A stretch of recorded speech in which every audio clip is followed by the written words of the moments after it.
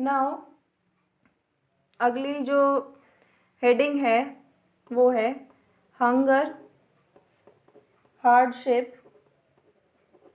And popular revolt. अगर थोड़ा बहुत तुम्हें फ्रेंच रिवॉल्यूशन याद हो तो सबसिस्टेंस क्राइसिस वाली सिचुएशन वहाँ पर भी आ गई थी। तो ये चीज़ क्या होती है कि जब लोग भूखे मरने लग जाते हैं ना और राजा और ये जो आपके कुछ नहीं करते तो लोगों को आता है बहुत गुस्सा। मतलब यार टैक्स दे रहे हैं, सब कुछ दे रहे हैं, खाने को तो दे दो, क्या कर रहे हो। मतलब अगर सिचुएशन ख़राब हो गई तो कम से कम 2-4 किलो गेहूँ भिजवा दो। तो ऐसी वाली चीज़ जो होती थी ये मेन लेके आती थी रिवोल्यूशन को। वही नॉर्मल चीज़ें क्या क्या होता है, सबसे पहले राइज इन पॉपुलेशन, ये तो कभी रुकने वाली चीज़ है ही नहीं, ये तो वीर तुम बढ़े चलो वाली चीज़ है, बढ़ती रहती है बढ़ती रहती है। फिर पब्लिक जो है अनएम्प्लॉयड, काम धंधा कुछ है नहीं, पैसे कहाँ से आएंगे, हमारी तरह अनएम्प्लॉयड हो रही थी। ठीक है, अच्छा अब अनएम्प्लॉयड हो रहे हैं लोग तो रूरल एरिया के जो लोग हैं वो चल दिए अर्बन की तरफ कि चल वहीं जाके कुछ काम देखेंगे। अब अर्बन में जाके ये इन्हें कोठियों में तो कोई रह नहीं रहा, स्लम एरिया इन्होंने डेवलप करने शुरू कर दिए, स्लम एरिया में ये लोग रहने लग गए। ठीक, अच्छा जो बचा कुचा कंपटीशन था, इंडस्ट्रियलाइजेशन आ चुका था, थोड़ा बहुत जो काम लोग कर रहे थे स्मॉल बिजनेसमैन वगैरह, उनको कंपटीशन कहाँ से मिलने लगा, इंग्लैंड से। जो हमारे यहाँ थी सिचुएशन कि जो छोटे क्या बोलते थे उनको, स्मॉल प्रोड्यूसर्स जो थे, या हिंदी का याद नहीं आ रहा मुझे, वर्ड बोलना था वो, चलो छोड़ो। तो जो ये छोटे मोटे कार्यकर्ता थे जो अपना छोटा मोटा बिजनेस चलाते थे, इनको जो कच्चा माल लगता था, जो भी कुछ चीज़ें लगती थी, उनका जो कॉस्ट आता था वो ज़्यादा आता था। इंग्लैंड वाले उसी चीज़ को थोड़ी सस्ती बेच देते थे, और पब्लिक क्या होती थी कि ये भाई ये मशीन वाला माल है, इसको लेंगे हम, तो ये इंग्लैंड से आ रहा है, फॉरेन कंट्री से आ रहा है, बिल्कुल इम्पोर्टेड है। तो इनका ठप हो गया सिस्टम, बिजनेस ख़त्म। फिर फूड प्राइस में राइज हो गया, फूड प्राइस बढ़ गए। ठीक है, सारी सिचुएशन कैसी हो रही है, मज़ा आ रहा है ना। ठीक है, अच्छा अब फ्रांस की अगर बात देखो, फ्रांस में भी यही सारी चीज़ें तो हुई थी कुछ कुछ, है ना। अच्छा, और जो पहले लुई 16 के टाइम पे रिवोल्यूशन छिड़ा था, वो भी कहीं ना कहीं ये भी रीज़न था उसके पीछे। अब फ्रांस की अगर मैं बात देखूं तो 1848 में कौन था राजा, कौन बनाया था इन्होंने, ये रहा लुइस फिलिपे। अब भाई इसको इन्होंने बनाया था तो इसकी जिम्मेदारी बनती थी ना कि ये कुछ खाने पीने को लोगों को प्रोवाइड करे, कुछ सिस्टम बना के रखे, कोई कमेटी वमेटी रखे, कम से कम और भी कुछ नहीं, राशन की दुकानें खुलवा देता जैसे हमारे यहाँ है। ठीक, अब फूड शॉर्टेज हो गई, खाना है ही नहीं, अनएम्प्लॉयड है पब्लिक। एक तो हमने तुझे राजा बनाया, ठीक, और हमें ही तो बिल्कुल ही नेग्लेक्ट ही कर रहा है। तो इन्होंने क्या किया, पब्लिक रोड पे उतर आई, इनका तो काम था बेचारों का, जेल तोड़ना, महल में घुस जाना, कभी भी। पिछली बार भी ये उस वो कौन सी रिवर थी वो, उसको क्रॉस करके उधर घुस गए थे ना जाके अलीट इलाके में, रोड पे आ गए। अब इसको तो पता था फिलिपी को कि ये पब्लिक जो है ऐसी है, ये मारेगी बहुत। तो ये जो फिलिपी था ये निकल लिया, भाग गया, फ्ली कर गया, भाग गया, ऐसे करके दूसरी टांग ऐसे ऐसे से करके भाग गया। ठीक, अब ये भाग गया तो कौन संभालेगा, नेशनल असेंबली, करता धरता वही है, पापा है। नेशनल असेंबली आ गई, नेशनल असेंबली ने सबसे पहली चीज़ ये क्या करते हैं, सबसे पहले तो यही करते हैं कि चलो भी तुम्हें वोट देने का अधिकार देते हैं, पब्लिक को शांत करते हैं। पहले शांत कर दिया, और शांत करके वो भी मेल को, कि वो अब लेडीज़ को समझा लेंगे, और वो भी 21 ईयर के जितने भी प्लस हो गए ना सब वोट देंगे, मतलब प्रॉपर्टी का सिस्टम ख़त्म। अच्छा, अब इमीडिएट क्या चीज़ चाहिए थी, राइट टू वर्क, कि चलो तुम्हें काम देंगे हम, काम करो तुम। ठीक है, और नेशनल वर्कशॉप प्रोवाइड कराई गई। नेशनल वर्कशॉप किस लिए? कि ये तुम ये मर रहे हो ना भूखे, अनएम्प्लॉयड हो, तुम्हें जो है गवर्नमेंट की तरफ से हम बना के दे रहे हैं वर्कशॉप, एम्प्लॉयमेंट करो वहाँ पे, एम्प्लॉय हो जाओ। ठीक, अच्छा, तो ये चीज़ क्लियर हो गई यहाँ तक की। अब फ्रांस से जो है थोड़ा सा आगे बढ़ते हैं। थोड़ा सा आगे बढ़ के एक जगह का नाम है भाई सिलिसिया। सिलिसिया में 1845 में क्या हुआ, मतलब ये एक गांव है और इस गांव में 18,000 लोग हैं। 18,000 जो लोग हैं ना, ये लोग मेनली टेक्सटाइल, मतलब जैसे कॉटन वॉटन उगाना, उनकी वो क्या कहते हैं उसको, लंबे लंबे धागे बनाना, इस तरह की चीज़ें, इस तरह के काम करते थे, छोटे काम। कॉन्ट्रैक्टर ने इनको कॉन्ट्रैक्ट दे दिया, ठीक, काम करा लिया इनसे, और बाद में जो है ना पेमेंट जो है इनकी वो रिड्यूस कर दी, पैसे नहीं है जितने इतने ही है, लेने हो ले लो।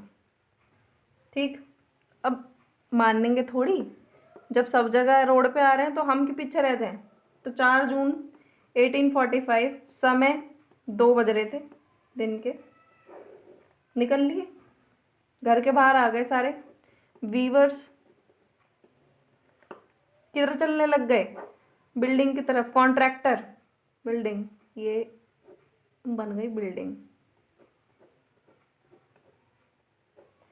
ठीक है। और डिमांड क्या थी इनकी? डिमांड ये थी कि हमारे जो वेजेस है ना, हमारी जो ये तुमने पैसे मार लिए, ये दो। इन्होंने सोचा हम इतने सारे जाएंगे तो ये डर जाएगा, ठीक, तो डर गए। डरेगा क्यों नहीं? इन्होंने क्या किया, कुछ तो घुस गए विंडो की तरफ से, विंडो तोड़ दी, फर्नीचर तोड़ दिया, स्टोर हाउस में घुस गए, स्टोर हाउस तोड़ दिया, आग लगा दी। ये क्या करेगा, अमीर आदमी है, फैमिली के साथ भाग लिया, खुद भी फैमिली के साथ फ्ली कर गया, ऐसे ऐसे करके। यार ये भाग रहा है, ठीक है, ऐसे ऐसे ऐसे भाग रहा है, ये थोड़ा डायरेक्शन ये है, ठीक। भाग के ये गया एक छोटे पास वाले गांव में। अब विलेजर्स को पता चला कि ये तो वहाँ ऐसे ऐसे कांड करके आया है, इन्होंने मना कर दिया कि हम नहीं रखते तुझे, चल, ठीक, शेल्टर देने के लिए मना कर दिया। शेल्टर देने के लिए इनको मना कर दिया, तो इसने क्या किया, आर्मी के पास पहुंचा, भाई आर्मी तो मदद करेगी। आर्मी के पास पहुंचा, 24 घंटे बाद आया, ठीक। और ये जो पब्लिक थी, ये इसको, इनको पता था यहीं आएगा वापस, घर तो आएगा ही। इन पे गोलियां चला दी और 11 वीवर्स जो हैं खत्म, शूट। ओ मचाओ आफत, ये सिचुएशन कर दी इसने, ठीक। मतलब पब्लिक भूखी भी मरे और ऐसे काम भी करें। समझ आ गया ये सब कुछ?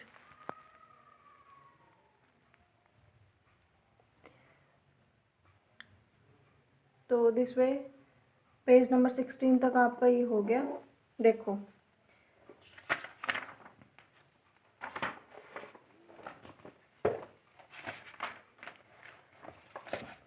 द एज ऑफ रिवोल्यूशंस, इसके अंदर हमने आपको जर्मनी, इटली, ये बताया कि भाई कैसे कैसे सिचुएशन बढ़ रही थी।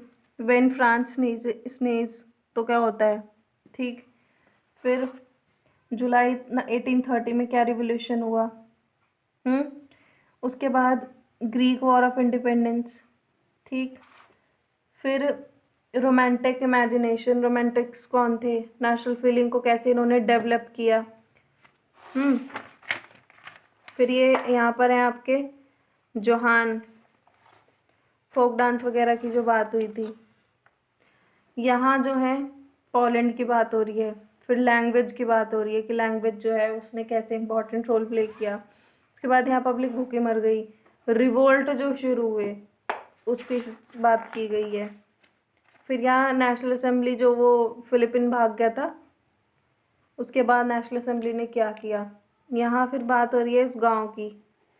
फिर यहाँ बात हो रही है उन वीवर्स ने कॉन्ट्रैक्टर को साथ साथ कैसे कैसे किया और कैसे वो लोग मर गए। ठीक, नेक्स्ट है आपका ये 1848 रिवोल्यूशन ऑफ द लिबरल्स। ये रहा, अब हम इसको डिस्कस करेंगे। तो next is 1848 revolution of liberals की लिबरल्स का रिवोल्यूशन जो था वो सिचुएशन कहाँ तक पहुँची। ठीक है, अच्छा, तो फ्रांस के अंदर फरवरी 1848 तक क्या हो चुका था, मोनार्क भग लिया था। और मोनार्क के भगते ही इन्होंने क्या बोला कि चलो 21 से जितने भी ऊपर है ना, चलो तुम वोट दो। ठीक, लेकिन अभी तक इंडिपेंडेंट 1848 आ गया था और इंडिपेंडेंट स्टेट्स जो थे, कंट्रीज जो थे, वो नहीं हुए थे। जर्मनी, इटली, पोलैंड, सब जगह अपना अलग अलग सिस्टम चल रहा था। ठीक है, लेकिन ये लिबरल मिडिल क्लास जो थी, आइडिया जो था ये सब जगह इमर्ज हो चुका था। सब लोग मिलके बन रहे थे लिबरल मिडिल क्लास, और इसमें मैन और वुमेन दोनों थे। ठीक है, अच्छा, और इनकी डिमांड क्या होती थी, मतलब ये दूसरे कंट्रीज़ की बात है, जर्मनी, इटली, पोलैंड, इन सब की। ठीक, तो इनकी डिमांड क्या होती थी, इनकी डिमांड होती थी कि नेशन स्टेट को क्रिएट करना है, to create a nation state. ठीक है, प्लस हमें चाहिए पार्लियामेंट्री प्रिंसिपल्स। पार्लियामेंट्री प्रिंसिपल्स का मतलब क्या चाहिए इन्हें, इन्हें चाहिए फ्रीडम ऑफ प्रेस, कि प्रेस फ्री रहे, फ्रीडम ऑफ एसोसिएशन, कि हम लोग बैठ के ना ग्रुप्स बना सकें, हम लोग भी पार्टी बनाएंगे। ठीक है, अच्छा, ओ, थोड़ी सी बातचीत आ जाती है यहाँ पर जर्मनी की, जर्मनी को पर्टिकुलर इसको देखते हैं। तो जर्मनी का सिचुएशन जो है, यहाँ पर पॉलिटिकल एसोसिएशन बने, और उसमें कौन कौन था, middle class professionals, businessman, sorry, artisans, ये लोग कहाँ पर आ गए, ये लोग आ गए जर्मनी के फ्रैंकफर्ट सिटी में। ठीक, इन्होंने आके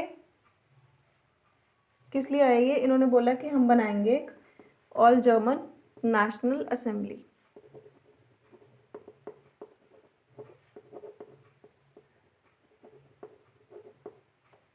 ठीक, अच्छा, अब इसी विचार से 18 मई 1848 को इन्होंने क्या किया, 831 इलेक्टेड रिप्रेजेंटेटिव जो थे वो कहाँ को नहीं निकल लिए, ये निकल लिए आपके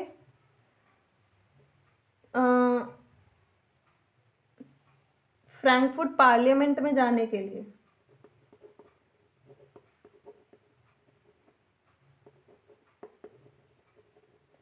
ठीक है, और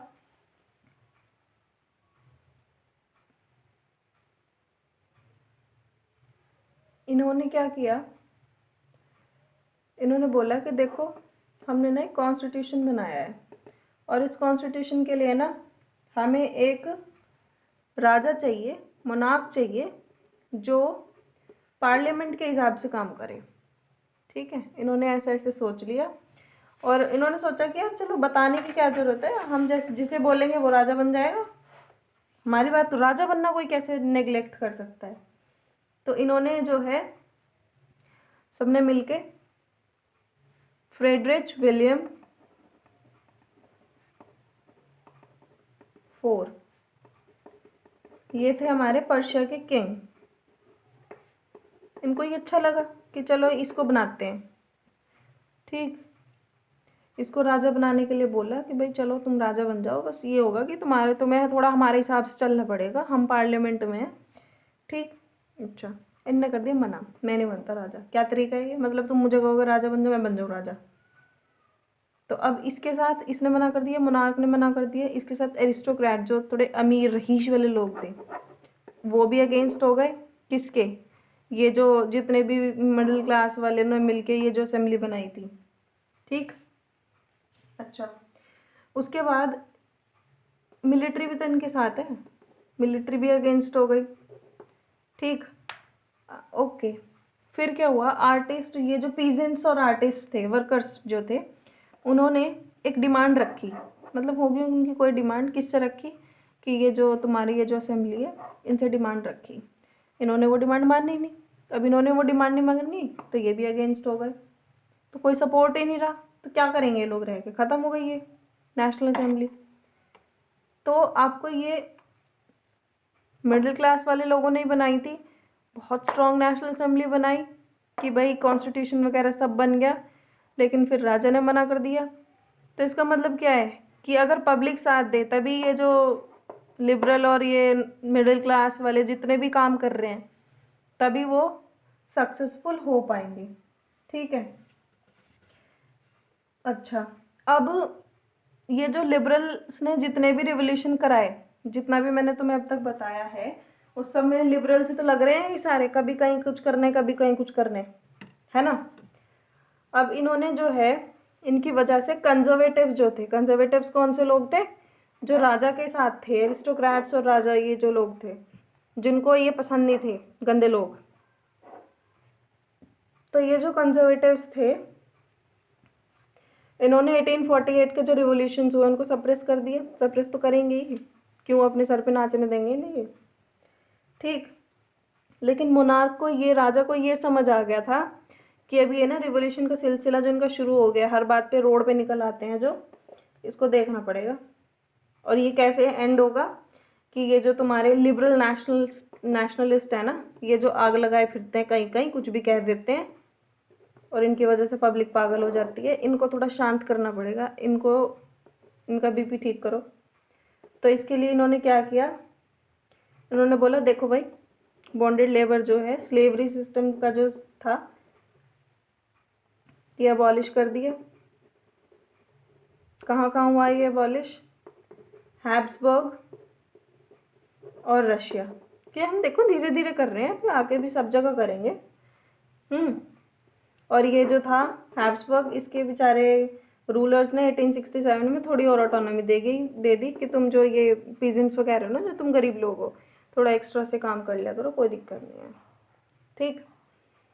अच्छा, आई गेस मैंने थोड़ा थोड़ा समझा दिया। वीडियो देखने के बाद एक बार बुक से ज़रूर पढ़ लेना, you link up all the things. ठीक है, ओके।